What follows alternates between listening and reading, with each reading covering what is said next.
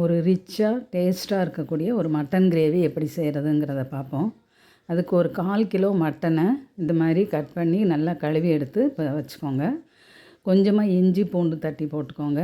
ஒரு பெரிய வெங்காயம் மீடியம் சைஸ் அதை பொடி பொடியாக கட் பண்ணி போட்டு, கொஞ்சம் சோம்புத்தூள், ஒரு 1/2 டீஸ்பூன் அளவு, கொஞ்சம் மஞ்சள் தூள், கொஞ்சம் உப்பு போட்டு 1/2 டம்ளர் அளவு தண்ணி ஊற்றி நல்லா கலந்து விட்டுட்டு, எப்பயும் வேக வைக்கிற டைமுக்கு வேக வச்சு எடுத்துக்கோங்க. ஒரு பெரிய தக்காளி, கொஞ்சம் சின்ன வெங்காயம், ஒரு பச்சை மிளகாய், கருவேப்பிலை, இஞ்சி பூண்டு தட்டி வச்சுக்கோங்க. கொஞ்சம் பட்டை, கிராம்பு, ஸ்டார் பூ இதையும் தட்டி எடுத்து வச்சுக்கோங்க. இப்போ மட்டன் வெந்ததுக்கப்புறமா ஒரு பாத்திரத்தில் பட்டர் இருந்தால் பட்டர் போடுங்க. நான் பட்டர் இல்லாததுனா நெய் போட்டிருக்கேன். பட்டர் போட்டிங்கன்னா இன்னுமே கொஞ்சம் டேஸ்ட்டு நல்லாயிருக்கும். இது கூட நம்ம கட் பண்ணி வச்சுருக்கிற வெங்காயம் அதில் கொஞ்சத்தை முழுசாக கூட நீங்கள் போட்டுக்கலாம். போட்டு நீங்கள் செய்யும்போது அது மட்டனோட சாப்பிட்றப்ப ரொம்ப நல்லாயிருக்கும். அதை எடுத்துட்டு இப்போ இதில் கொஞ்சம் எண்ணெயும் சோம்பும் போட்டு அதில் நம்ம தட்டி வச்சுருக்கிற கிராம்பு, பட்டை, அனீஸ் பூவையும் போட்டு, பச்சை மிளகாய், கருவேப்பிலையை போட்டு தாளிச்சுக்கோங்க. தட்டி வச்சுருக்கிற இஞ்சி பூண்டையும் சேர்த்துக்கோங்க. ஓரளவு நல்லா வதங்கி வந்ததுக்கப்புறமா நம்ம ஏற்கனவே வதக்கி வச்சுருக்கிற இந்த வெங்காயம் நம்ம கீலையோ அல்லது வெண்ணெயிலையோ அதை வதக்கி எடுத்து வச்சுக்கணும். அப்போ தான் இது டேஸ்ட்டும் வாசனையும் நல்லாயிருக்கும்.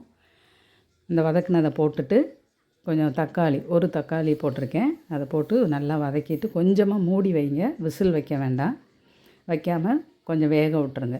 கொஞ்சம் மசிஞ்சு வந்ததுக்கப்புறமா இது கூட நம்ம வேக வச்சு வச்சுருக்கிற மட்டனை சேர்க்குறோம். அதுக்கு முன்னாடி ஒரு 2 டீஸ்பூன் அளவு குழம்பு மல்லித்தூள், காரத்துக்கு தேவையான அளவுக்கு மிளகாத்தூள் சேர்த்துக்கிறோம்.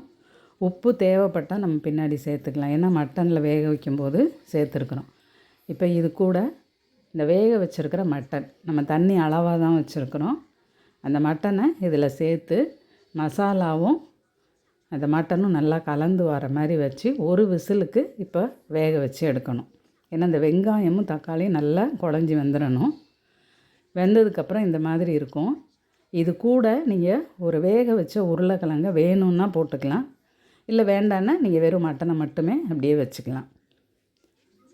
இதை போட்டு நல்லா கலந்து விட்டு நல்லா ஒரு கொதி வர விடுங்க. கொதி வந்ததுக்கப்புறமா மல்லித்தழையை தூவி நீங்கள் இறக்கிட்டிங்கன்னா இது ரொம்பவே டேஸ்ட்டாக இருக்கும். வெண்ணெயும் அல்லது நெய் இது ஏதாவது ஒன்று போடும்போது அந்த குழம்புக்கு ஒரு ரிச்னஸ் கிடைக்கும். நீங்கள் செய்து பாருங்கள், ரொம்பவே நல்லாயிருக்கும். இது கூட சாப்பிட்றதுக்கு சாதத்து கூட இந்த மட்டன் குழம்பை ஊற்றும்போது ஒரு துவையல் ஏதாவது ஒன்று மல்லித்தழை அல்லது கருவேப்பிலை வச்சு அரைச்சிக்கலாம்.